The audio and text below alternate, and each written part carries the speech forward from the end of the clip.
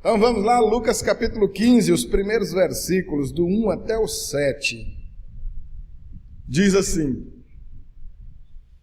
Aproximando-se de Jesus, todos os publicanos e pecadores para o ouvir, e murmuravam os fariseus e os escribas, dizendo: Este recebe pecadores e come com eles.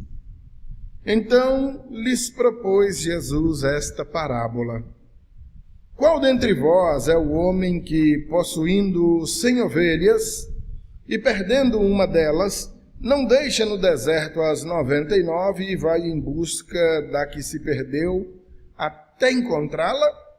Achando-a, põe-na sobre os ombros, cheio de júbilo, e, indo para casa, reúne os amigos e vizinhos, dizendo-lhes: Alegrai-vos comigo, porque já achei a minha ovelha perdida. Digo-vos que, assim, haverá maior júbilo no céu por um pecador que se arrepende, do que por 99 justos que não necessitam de arrependimento. Amém? Olha, queridos, mais uma vez começa uma sessão de argumentos de Jesus, trazendo seus ensinamentos para todas as pessoas que puderam contar com o privilégio de ter um contato direto com Jesus, aquele grupo seleto de seres humanos na face da terra ao longo da história, de toda a história da humanidade, que teve o prazer de ver Jesus, de ver o Verbo encarnado, de ter o Senhor Jesus, a presença de Deus em carne no meio da humanidade, durante o seu ministério e durante o cumprimento de todas as obrigações que soberanamente Ele mesmo determinou para si. Mais uma vez começa aqui uma sessão de texto, um bloco de argumento, onde a bola da vez, de novo, é o embate entre Jesus e os religiosos. Mais uma vez, a hipocrisia da religião está batendo de frente com Jesus. Jesus seguindo numa direção e os religiosos impondo uma barreira para impedir o agir de Deus, para impedir a ação do Senhor. Se Ele promove uma cura, cura um cego de nascença, cura um aleijado, ressuscita um morto, purifica um leproso, mas se aquilo acontece num dia de sábado, coisa de louco, dia de sábado não é dia de fazer essas coisas, porque a religião determina que o sábado é para ser guardado, e querem até matar Jesus por conta disso, é um dos argumentos que vão usar, procurando meios de condená-lo à morte. E de novo, mais uma vez, outra vez, sabe-se lá quantas vezes já falamos isso e quantas vezes ainda iremos falar. Está Jesus de novo, dando de frente com os religiosos. Hoje é comemorado, popularmente, tradicionalmente, o Domingo de Ramos, não é verdade? Amém? Vocês sabem disso, todo mundo sabe, né? Quem não sabe deve ter visto alguém andando na rua hoje com um raminho, um galho de árvore ou um raminho de palmeira, uma folha de palmeira na mão. É muito comum. No mundo inteiro esse costume é observado. Não há pecado nenhum nisso, de maneira nenhuma, nenhum pecado. Se você também quisesse andar com um raminho na mão e hoje, você não estaria pecando por causa disso, não.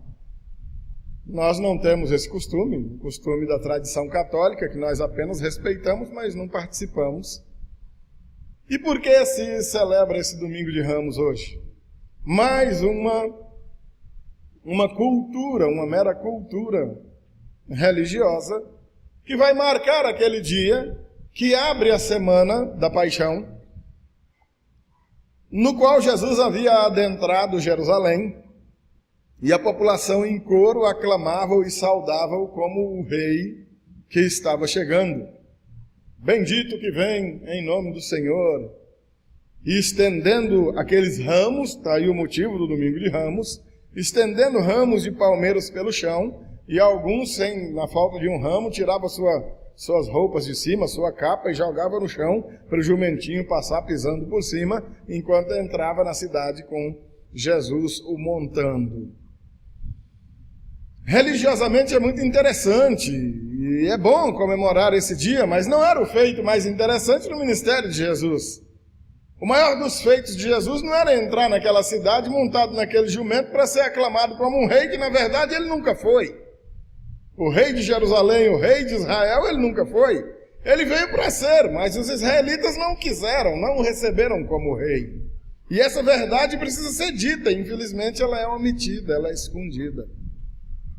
Aclamaram um rei no domingo, e aquela mesma população que estava gritando, bendito que vem em nome do Senhor no domingo, na sexta-feira de manhã estava gritando, solta Barrabás, e esse Jesus, crucifica.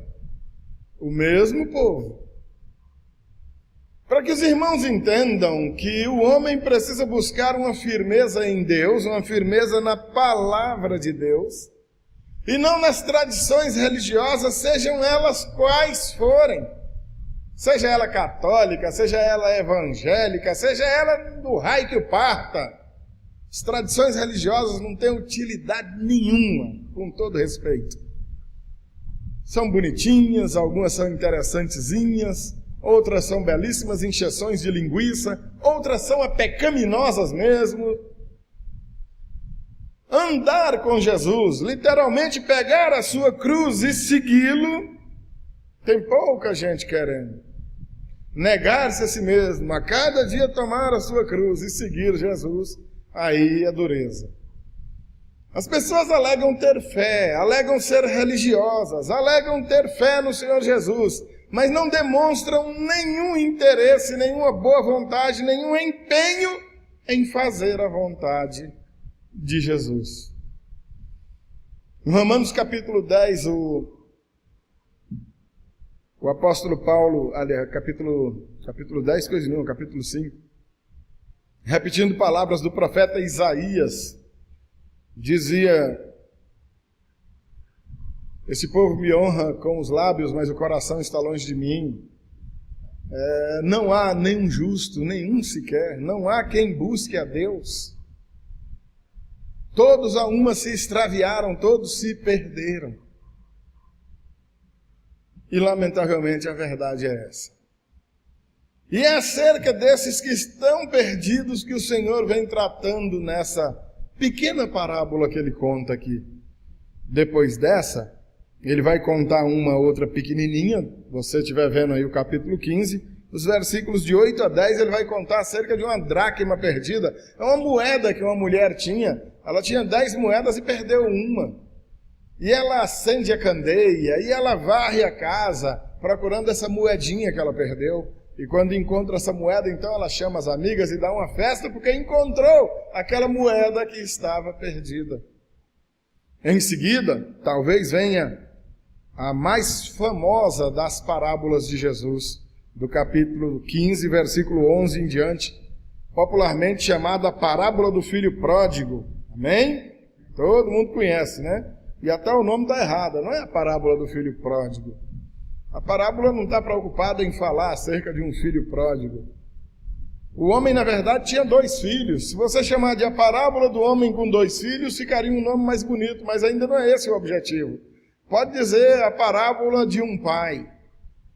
Um pai que tinha 2 filhos. E que, ao que a gente percebe, ambos estavam perdidos. Um pede a herança e vai-se embora, e o outro continua em casa, mas no fim da parábola a gente vai ver que todo mundo estava muito longe do pai. Ninguém tinha intimidade nenhuma com o pai.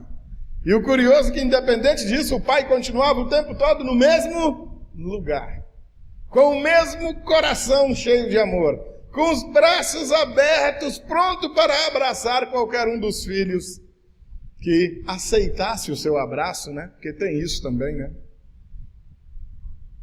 Religiosidade. Apenas religiosidade. Versículo 1. Aproximavam-se de Jesus todos os publicanos e pecadores para o ouvir. Quem eram esses publicanos? Considerados pelos religiosos de Israel como homens imundos, traidores da pátria, pessoas desprezíveis, porque trabalhavam, sendo judeus, trabalhavam para o Império Romano, ou seja, para a nação que estava dominando sobre Israel. Eram considerados o próprio capeta.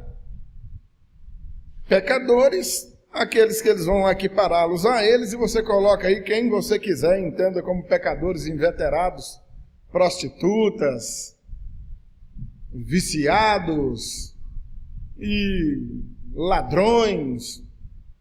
Quem você quiser considerar pecadores, coloca nesse rol aí. E os publicanos eles classificavam como alguns pecadores também. Esses homens não entendiam, esses religiosos não entendiam que todo homem é pecador. Todo. Digam comigo, todo homem é pecador. Onde a gente encontra isso? Lá em Romanos 3:23, porque todos pecaram e destituídos estão da glória de Deus. Todos pecaram e carecem da glória de Deus. Não há um justo, nenhum sequer. Não existe homem sem pecado. O único que andou nessa terra sem pecar foi o Senhor Jesus. Amém, queridos? E mais ninguém.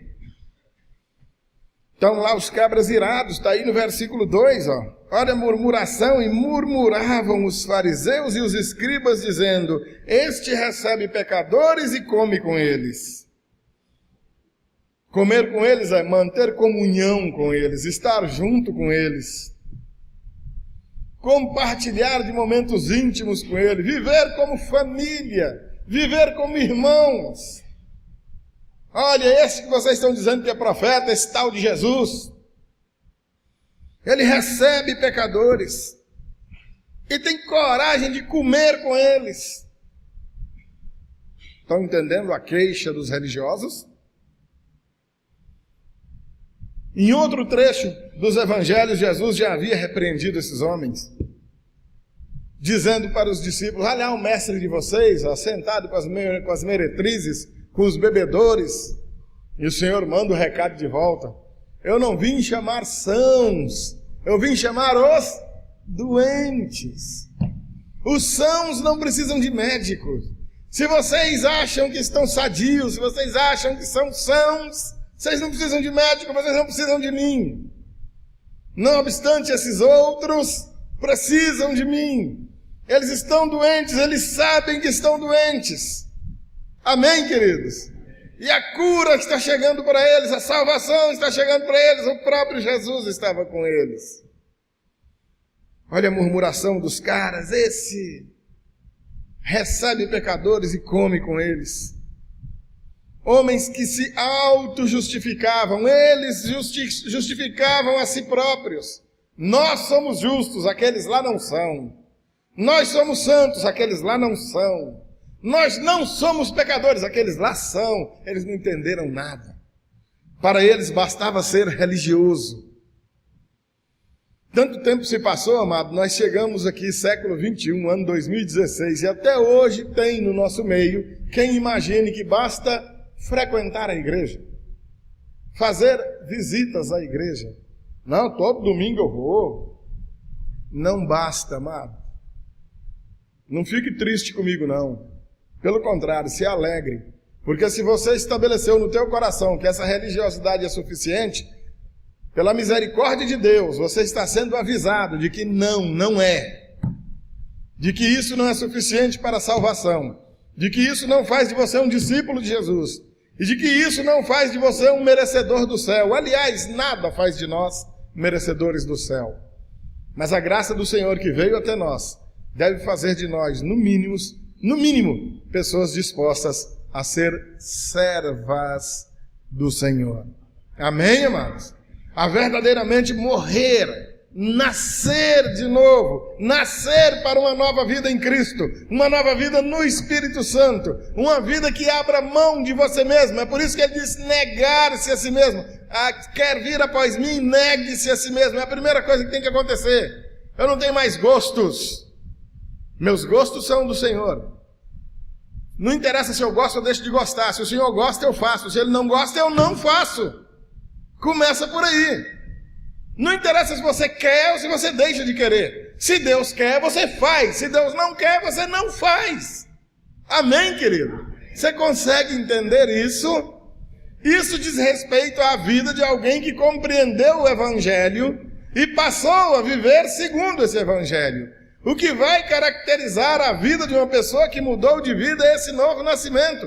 Todo mundo vai ver a partir das pessoas que têm um convívio mais próximo de você, seu pai, sua mãe, marido, esposa, filhos, amigos próximos vão ver que a tua vida verdadeiramente mudou. Rapaz, o fulano, a fulana, o que aconteceu com ele? O que aconteceu com ela? Olha que coisa, mas que negócio impressionante. Ele não anda mais por aqueles lugares. Olha, aqueles amigos que tinham, abandonaram, não estão mais com ele. Olha, ele não maltrata mais a família, não dá mais resposta aos pais. É obediente a pai e mãe, é outro aluno na escola. Olha, é outro marido, um marido fiel à esposa, é uma esposa dada aos serviços de sua casa, ao cuidado de sua família, embora trabalhando, embora cuidando da sua vida, mas uma vida de uma fidelidade que nunca se viu. Essa mulher nunca foi disso. O que aconteceu? O que aconteceu é que ela morreu. Essa pessoa morreu e nasceu de novo. Amém, amado? Nasceu para uma nova vida, nasceu da água e do Espírito. Tem o mesmo RG, o mesmo CPF, a mesma altura, às vezes o mesmo peso. Às vezes engorda um pouquinho, larga cigarro, larga cachaça, né, Zimar? Olha o que nós estamos virando, né? E ainda come que nem uns bichos, né? Aí a gente dá uma engordadinha, faz parte também, mas o pessoal mais cuidadoso malha, coisa e tal, e cuida numa dieta. E a verdade é que o mais importante nisso tudo não é a carne, não é a carcaça, é o espírito, é a alma que foi renovada, foi transformada pelo poder de Deus. Amém, queridos? Porque perdidos, todos nós estávamos. Depois dessa idiotice sem tamanho desses religiosos, Jesus lhes conta essa parábola. Na verdade, ele vai contar 3 parábolas, eu acabei de falar para os irmãos. São 3 parábolas emendadas uma na outra. A ovelha perdida, a dracma perdida e o filho perdido, que é o filho pródigo. Tudo isso em virtude desse embate destes religiosos. Ele lhes propôs essa parábola. Qual é dentre vós? Quem dentre vós é o homem que, possuindo 100 ovelhas e perdendo uma delas, não deixa no deserto as 99 e vai em busca da que se perdeu até encontrá-la? O Senhor Jesus está falando algo cultural comum e corriqueiro para a população daquele lugar naqueles dias. Estão entendendo, queridos? É algo comum, é algo que se vê com frequência. Não interessa quantas ovelhas o camarada tinha, o certo é que uma sumiu.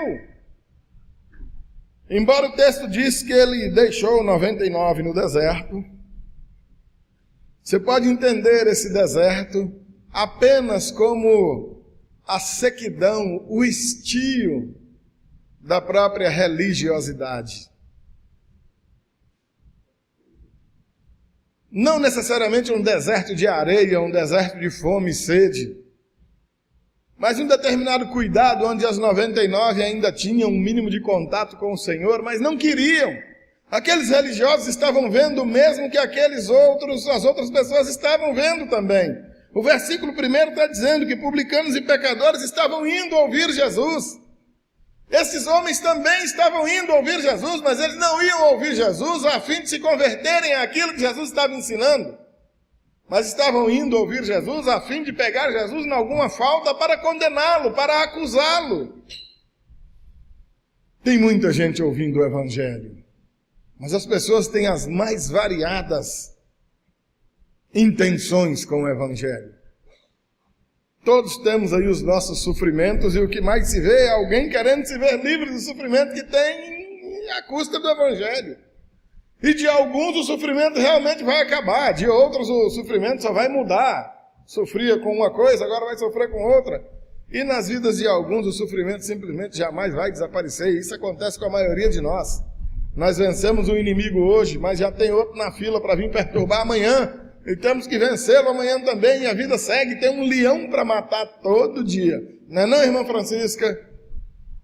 Brincava com minha amada irmã ali agora. Passou, irmã, aquela tribulação, graças a Deus, pastor. Aquela tempestade foi-se embora, glória a Deus. Mas sabendo que logo, logo vem outra, né? E precisamos estar firmes. Não dá tempo. Não dá tempo para se recuperar da primeira lapada, lá vem outra. Enquanto estivermos nesse mundo, será assim. Só pelo simples fato do nome de Jesus, só pelo nome de Jesus, nós já padecemos, já sofremos. Quem, tendo 100 ovelhas e se perdendo uma, não larga as 99 e vai atrás dessa uma, vai procurar essa uma. E o texto diz, sai, vai em busca da que se perdeu até encontrá-la. É uma busca diligente, é uma procura delicada. Amados, no Evangelho de João, capítulo 4, versículo 23, Jesus está dialogando com uma certa mulher samaritana, e Jesus diz àquela mulher que o Pai procura adoradores, que o adorem em espírito e em verdade. Amém, amados? O Pai procura adoradores. Queridos, volta ao texto de Isaías, não há quem busque a Deus. Amados, nós não nascemos amando Deus. A nossa carne não gosta de Deus. A nossa natureza pecaminosa não tem intimidade com Deus. Nós não queremos saber de Deus. Você pode entender isso, amado. Alguém pode dar um nó na cabeça e pensar, pastor, afinal de contas, como foi que eu vim parar aqui? Deus foi atrás de você. No deserto onde você se encontrava perdido, ferido, machucado, semi-morto. E assim como esse camarada, esse pastor aqui, ele te pegou, te curou as feridas, te colocou nos ombros e te trouxe para a casa dele. Amém, queridos? Você consegue entender isso? Ele vem atrás de nós. O Senhor escolhe aqueles que Ele quer. Glorifique a Deus, louve a Deus, porque Ele foi atrás de você, amado. Amém? Não sabemos o motivo e nunca saberemos, acredito eu. Mas o certo é que Ele te buscou. O texto aqui não fala por que foi que a ovelha se perdeu. Era uma ovelha ruim. Não sei. Podia ser uma ovelha fraca, pisou numa pedra, machucou o pé, as outras foram embora mais ligeiras, ela ficou para trás e se perdeu. Um leão veio para pegar o rebanho, correram tudo num rumo, ela correu para outro rumo e agora não sabe mais se achar. Deu uma enchente, ela estava de um lado do riacho, as outras estavam do lado de lá, ela não pôde atravessar, se perdeu. Não diz por quê, mas ela se perdeu. Nós nascemos nesse mundo, nós não sabemos como, não sabemos porquê, mas o Senhor nos colocou aqui. Ninguém pediu para nascer. Tem alguém aí que pediu para nascer, pelo amor de Deus? Me diga aí. Quem mandou aí um zap? Mãe, pai, dá um jeito de eu nascer aí. Eu queria tanto conhecer esse planeta aí, dá um jeito aí. Tem alguém aqui que pediu para nascer? Se apresente, pelo amor de Deus. Ninguém pediu para nascer. Ninguém escolheu onde nascer. Olha, amados, no mundo árabe, por exemplo, a pessoa nasce, cresce e morre, ouvindo falar de Jesus, mas ouvindo falar mal de Jesus. Existe uma religião do livro aí, de um povo idólatra que diz que Deus tem uma mãe que nasceu de uma mulher e que morreu numa cruz e ressuscitou. Não acredita nisso não, que você conversa para boi dormir. Uns tal de cristãos aí, e o cara nasce com ódio desses cristãos no coração. Todo cristão que ele pegar, ele mata, sem nenhum rancor, sem nenhum ressentimento. Mata numa boa mesmo, porque a religião dele manda, ou seja, nasceu, viveu e morreu conhecendo Jesus, ou seja, ouvindo falar de Jesus, mas ouvindo falar mal, e ninguém sabe por que Deus fez com que aquele camarada nascesse lá, e fez com que você nascesse aqui no Brasil. Vai entender por quê. Eu não entendo, você não entende, ninguém consegue entender, mas aconteceu isso. Chame isso de misericórdia de Deus, graça de Deus na tua vida, amém, amado? Você desfruta de algo que muita gente lá adoraria ter, mas não tem. A pregação do evangelho, porque é fechado. Se pregar o evangelho por lá, morre. Amém, queridos? Ninguém sabe por que motivo essa ovelha se perdeu. Ninguém sabe para onde ela foi. Ninguém sabe como foi que ela chegou lá. A Bíblia não fala. Mas nós sabemos que ela estava perdida. E o versículo 5. Achando-a, põe-na sobre os ombros, cheio de júbilo, cheio de alegria. Oh, amados, eu não sei vocês, eu tive uma criação bem caipira, fui criado na roça, eu e meu irmão Orlando, que vocês conhecem bem, sofremos muito na roça. Realmente nós comemos o pão que o diabo amassou. E eu me lembro muito bem das ocasiões em que eu e Orlando tivemos que sair para procurar algum boi, algum bezerro que havia se perdido. Houve ocasião de nós passarmos 3, 4, uma semana, 3, 4, 5 dias, uma semana, procurando uma reis, um boi, uma vaca. Aqui e acolá achava um caído num buraco, morreu, achava um mordido de cobra, outro a gente não achou nunca, o ladrão carregou. Mas a maioria das vezes, nós éramos coroados com uma grande alegria de achar aquele animal. E vocês não imaginam, meus amados irmãos, com que alegria nós conduzíamos aquele animal de volta para casa. Oh, queridos, Deus me deu a honra, a graça de experimentar um pouquinho dessa situação. Como eu gostaria que pelo menos a metade dos irmãos aqui tivessem vivido isso que eu vivi na infância. Não sofrido como eu sofri, porque foi duro, mas pelo menos para que tivesse entendimento acerca disso que eu estou falando aqui. Eximar, quando tu era menino, teu pai te botou menino para procurar um jumento perdido. Sabe mais ou menos o que eu estou dizendo. Aquelas fazendonas no Goiás, rapaz, que não tinha uma divisão de arame, não tinha nada, era aquele mundo para a gente sair procurando a pé. Amados de meu Deus, quando esse versículo 5 aqui diz que aquele pastor achou a ovelha, colocou em seus ombros cheio de júbilo, eu sei exatamente do que o texto está falando. Eu experimentei essa situação. Amém, queridos? Daí, amados, versículo 6. E indo para casa, reúne os amigos e vizinhos, dizendo-lhes: alegrai-vos comigo, porque já achei a minha ovelha perdida. Oh, glória a Deus! É festa, é motivo de festa. Na parábola do filho aqui, do pai com os 2 filhos, o camarada dá uma festa, aquele pai dá uma festa tremenda, manda matar o bezerro cevado. São dias de festa e de alegria sem fim, porque aquele filho que estava perdido, voltou. Amém, queridos? Aqui o Senhor está deixando claro como é que acontece essa alegria. Achei a ovelha perdida. Vamos embora, vizinhança, meus amigos, os parentes, vamos celebrar, vamos dar uma festa. E detalhe, ele não vai matar a ovelha para ninguém comer, não. A festa é porque a ovelha que estava perdida foi achada. Amém, querido? Você está entendendo? Parece que vocês estão mais preocupados com a chuva. Liga não, a chuva está só lá fora. Aqui só tem umas goteirinhas. Na verdade, tem umas goteironas brava, viu? Essa semana nós temos que ir atrás de um camarada que puxa essas telhas, porque eu estou desconfiado que na última vez que ele tentou melhorar, ele piorou. Porque um bocado correu as bicas, não foi nem as capas. Ali perto da Liliane mesmo, dá quase para tomar um banho. Mas vai dar tudo certo, amados. A gente não vai se molhar aqui não, pelo menos muito.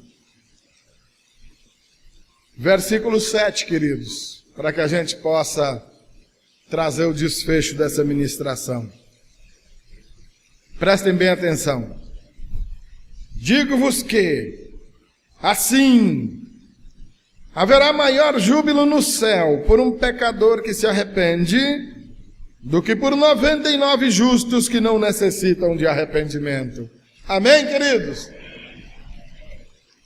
Vamos identificar primeiro esses personagens aqui. Quem são esses 99 justos que não necessitam de arrependimento? Bem-vindo, diabo. São os religiosos, amados. Eles pensam que são justos. Eles acham que são justos. Eles se auto-justificam, mas não são justificados por Deus. Estão compreendendo, queridos? Deixa eu deixar ali os nossos irmãos se ajeitarem. Também o período chuvoso está quase indo embora, o que é uma pena. Amém? Passou o burburinho, se ajeitaram. É um bichinho inofensivo. Na verdade, eu não sei nem o que é isso. Sei que é enorme. Senta por aí, fica quieto. Amém, queridos? Pronto, se ajeitaram. Que bichinho aí, faz mal a ninguém não. Estão entendendo, amados?